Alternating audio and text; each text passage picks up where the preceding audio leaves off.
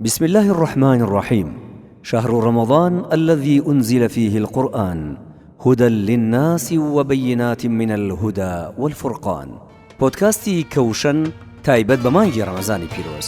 هەمووان بە تامەزرۆییەوە لە چاوەڕوانی هاتنی مانگی ڕەمەزانی پیرۆزدا بەدڵ دەڵێین اللهم بلغنا ڕەمەضان.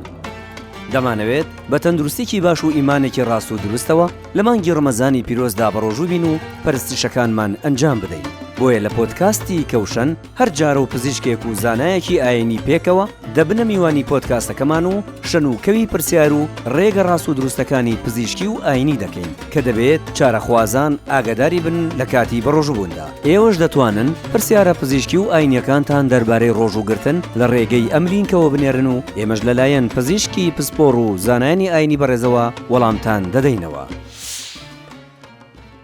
سمارت وەرچەرخانە.